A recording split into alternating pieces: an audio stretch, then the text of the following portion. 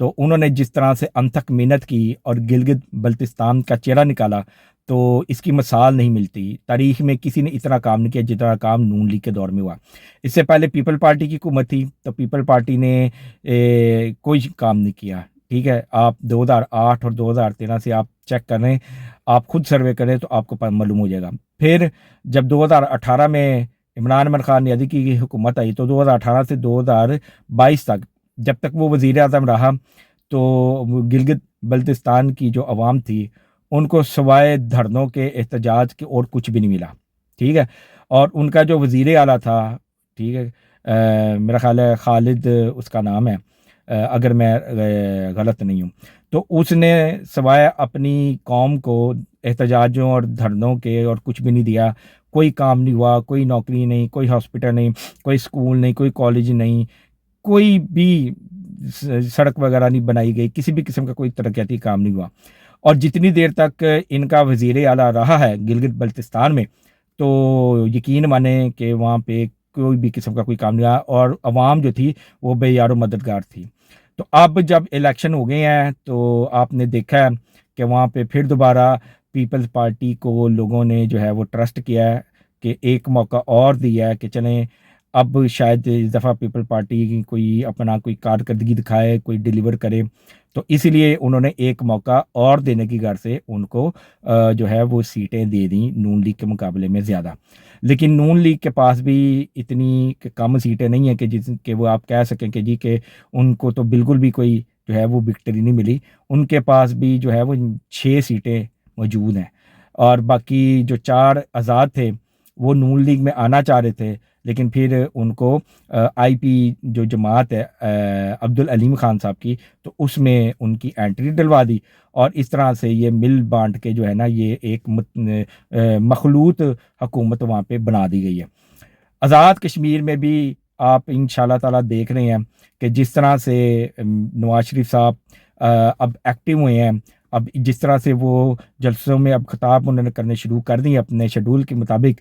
تو آپ نے یہ دیکھا کہ انہوں نے مظفر آباد کے جلسے میں یہ کہا کہ میں چاہتا ہوں کہ جس طرح سے ترقی پنجاب میں ہو رہی ہے تو اسی طرح سے ترقی آزاد کشمیر میں بھی ہو. ہاسپٹل یہاں پہ بنے, یہاں پہ بھی جو ہے سڑکیں بنے, میٹرو بنے, الیکٹرک بسیں بنے, اورنج ٹرین بنے, ہر چیز بنے. اور میاں صاحب نے یہاں تک کہا کہ جب ہماری حکومت اقتدار میں آئی تو میں ہر 3 مہینے کے بعد یہاں پہ آ کے ڈیرا ڈالوں گا اور خود جائزہ لوں گا کہ کون کیسا کام کر رہا ہے, کس کی کارکردگی زیرو اور کس کی کارکردگی اچھی ہے, اور عوام سے خود ملاقاتیں کروں گا اور خود پوچھوں گا کہ آپ مجھے بتائیں کہ کون کام کر رہا ہے کون نہیں کام کر رہا. پھر مریم نواز صاحبہ نے خطاب کیا اور مریم نواز صاحبہ نے بھی آزاد کشمیر کے جو لوگ ہیں ان کو بتایا کہ میں نے کس طرح سے ستھرا پنجاب کا پروجیکٹ لانچ کیا اور آج وہ جو پروجیکٹ ہے وہ پوری دنیا میں مشہور ہے, اور ہم کس طرح سے ترقیاتی کام کر رہے ہیں پنجاب میں اور سڑکوں کا جال بچھا دیا ہے, الیکٹرک بسیں دے رہے ہیں, اورنج ٹرینیں چل رہی ہیں, ہاسپٹلز بن رہے ہیں, سکولز اپ گریڈ کیے جا رہے ہیں, ہر چیز. اور پھر انہوں نے بلاول بھٹو زرداری کو بھی جو تھا ایک انہوں نے کرارا جواب دیا کہ جس طرح سے بلاول بھٹو زرداری جو ہے وہ نون لیگ کے اوپر طنز کر رہا ہے اور وہ ان کو نشانے پہ رکھا ہوا ہے. تو مریم نواز صاحبہ نے بھی ان کو جواب دیتے ہوئے کہا کہ جو اپنے سندھ کو نہیں نکھار سکے تو انہوں نے آزاد کشمیر کو کیا کرنا, جو اپنی کراچی کی ٹوٹی پھوٹی سڑکوں کو ٹھیک نہیں کر سکے, نہیں بنا سکے, تو انہوں نے آزاد کشمیر میں کیا کام کرنا ہے. تو یہ ایک چیز آپ کو نظر آ رہی ہے کہ آزاد کشمیر میں جو ہے اس طرح سے جو ہے وہ گہما گہمی ہے. اور نواز شریف صاحب نے جس طرح سے تقریر کی ہے, لوگوں کے ساتھ محبت کا اظہار کیا ہے, لوگوں نے اس کو بہت زیادہ اپریشیٹ کیا ہے اور لوگوں کو جو ہے نا وہ اب یہی نظر آتا ہے کہ جی نواز شریف صاحب ہی وہ واحد جو ہے وہ انشاءاللہ تعالی ایک ایسا انسان ہے جو کہ آزاد کشمیر کے جو ہے وہ حالات بہتر کر سکتا ہے. جناب اب ہم آپ کو بتاتے ہیں بھارت کی ایک خبر آپ کو دے دیں کہ اس وقت بھارت کی جو کیپٹل ہے دارالخلافہ دہلی, وہاں پہ لگ گئی ہے آگ اور آگ کے شعلے اتنے بھڑک اٹھے ہیں کہ وہ مودی کی حکومت کو جو ہے نا وہ جلانے کے تقریباً قریب قریب ہی ہیں. ٹھیک ہے. اچھا اب یہ آگ کیا لگی ہے ادھر، کیا ایسا طوفان برپا ہو گیا ہے، تو یہ میں آپ کو بتاتا ہوں. آپ کو معلوم ہوگا کہ ایک جج صاحب تھے، میرا خیال ہے ہائی کورٹ کے یا سپریم کورٹ کے، تو ان کے پاس ایک کیس آیا تھا نوجوانوں کے بارے میں، جس میں انہوں نے اپنے ریمارکس دیے تھے نوجوانوں کے بارے میں کہ یہ کاکروچ ہیں. ٹھیک ہے. ان کو کام کوئی نہیں ہوتا، کام انہوں نے کرنا کوئی نہیں ہوتا، تو یہ لوگ کاکروچ ہیں.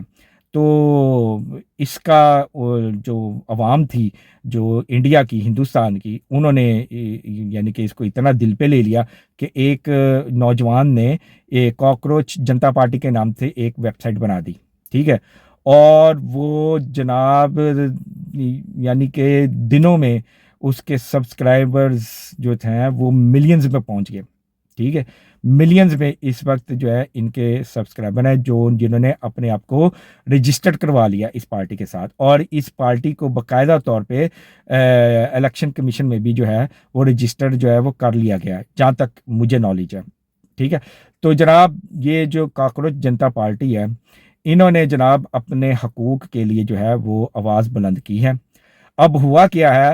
ہوا ایسا ہے کہ جو بھارتیہ جنتا پارٹی ہے، بی جے پی، انہوں نے جناب جتنے بھی جابز نکل رہی ہیں، ویکینسیز نکل رہی ہیں، چاہے وہ ڈاکٹرز کی ہوں، چاہے وہ اس کی بیوروکریسی کی ہوں، کسی بھی ڈپارٹمنٹ میں دیکھ رہے ہیں تو بی جے پی جو ہے نا وہ اپنے بندے جو ہے نا بھرتی کرتے جا رہی ہیں. ٹھیک ہے. جو جس کا حق ہے اس کو نہیں مل رہا. کوٹا سسٹم انہوں نے کر دیا ہوا ہے، اور کوٹا سسٹم کے تحت یہ لوگ جو ہیں بی جے پی والے، یہ جو حقدار لوگ ہیں ان کا حق کھا رہے ہیں اور ان کو جابز نہیں دے رہے. تو کاکروچ جنتا پارٹی نے جو ہے اس کا برملا اظہار کیا، اور انہوں نے باقاعدہ جو ہے مودی حکومت کو للکارا، اور انہوں نے کہا کہ جی اس قانون میں ترمیم کریں، اور جتنے بھی آپ نے بھرتی کیے ہیں ناجائز طور پہ، غلط، ان سب کو نوکری سے نکالیں. جن کا حق ہے آپ ان کو حق دیں، ورنہ ہم یہ احتجاج جو ہے وہ جاری رکھیں گے. تو جناب دہلی میں اس وقت بالکل جو ہے نا وہ نظام درہم برہم ہے. پولیس اور رینجرز، جو پولیس یعنی کہ انڈیا کی جو ہے وہ آمنے سامنے ہے. لاٹھی چارج ہو رہا ہے، گولیاں چل رہی ہیں، آنسو گیس چل رہی ہیں، اور کئی طلباء اور طالبات جو ہیں وہ زخمی ہو چکے ہیں. ٹھیک ہے.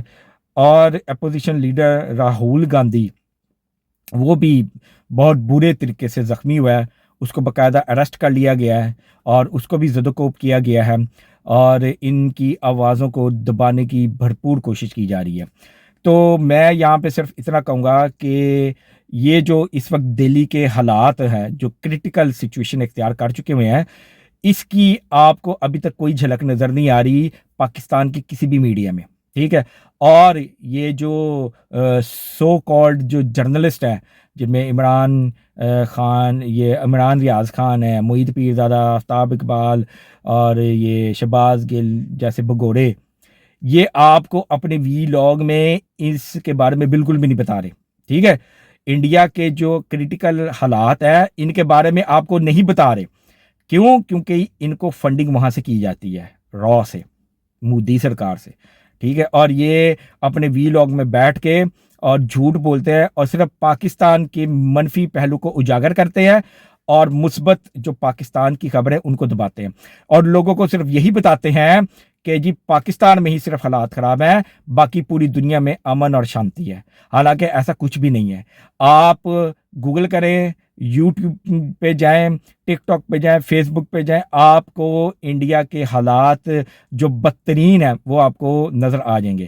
اور میں آپ کو ایک خبر دے رہا ہوں کہ جو تجزیہ کار ہیں جو انڈیا میں بیٹھے ہوئے ہیں، انہوں نے بھی یہاں تک کہہ دیا ہے کہ اگر مودی نے اپنی اصلاح نہ کی، پچھلے 12-13 سال سے جس طرح سے مودی ایک فاشسٹ کے طور پہ سامنے آیا ہے، اور جس طرح سے وہ دوسرے مذاہب کو ڈپریس کر رہا ہے، اور ہندوتوا کو جو ہے وہ پروموٹ کر رہا ہے، اور جس طرح سے یہ اپنی حکومت چلا رہا ہے، تو اس میں کوئی شک نہیں کہ انڈیا کے 26 ٹکڑے ہو جائیں گے. یہ انڈیا میں بیٹھے جو تجزیہ کار ہیں یہ ان کا کہنا ہے کہ آنے والے وقتوں میں ہم انڈیا کے 26 ٹکڑے ہوتے ہوئے دیکھ رہے ہیں. ٹھیک ہے.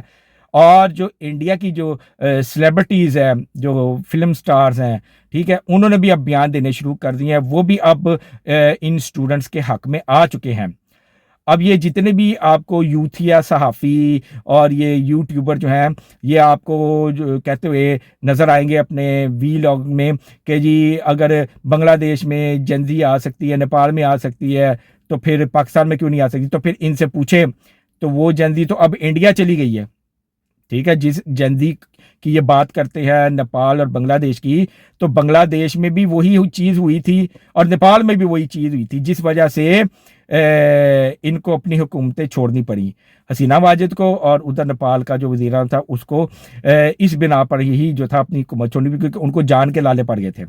ٹھیک ہے. تو اب میرے کہنے کا مقصد ہے کہ وہی کچھ سیم سٹوری جو ہے وہ ریپیٹ ہوئی ہے انڈیا میں, کہ کوٹا سسٹم کی بیس پر جو سٹوڈنٹس ہیں ان کا حق کھایا جا رہا ہے اور ان کو ان کی نوکریاں نہیں دے رہی, ان کا حق نہیں مل رہا. ٹھیک ہے. تو یہ جو کاکروچ جنتا پارٹی ہے اس نے مودی کی نیندیں حرام کر دی ہیں, اور وہاں پہ انہوں نے محفل سجائی ہوئی ہے, اور ان کا کہنا جب تک یہ کوٹا سسٹم ختم نہیں ہوتا, جب تک مودی سرکار اپنی یہ واپس نہیں لیتے, تب تک یہ جو ہے احتجاج جاری رہے گا. تو دیکھتے ہیں کہ یہ احتجاج کہاں تک رکتا ہے اور کس کی جیت ہوتی ہے اور کس کی ہار ہوتی ہے. تو میرے پاس جو معلومات تھی وہ میں نے آپ کی گوشہ گزار کر دی ہے. آپ سے صرف یہی درخواست ہے کہ میرے وی لاگ کو زیادہ سے زیادہ شیئر کریں, لائک کریں اور میرے چینل کو سبسکرائب کریں. پاکستان ہمیشہ زندہ باد, پاک فوج ہمیشہ زندہ باد.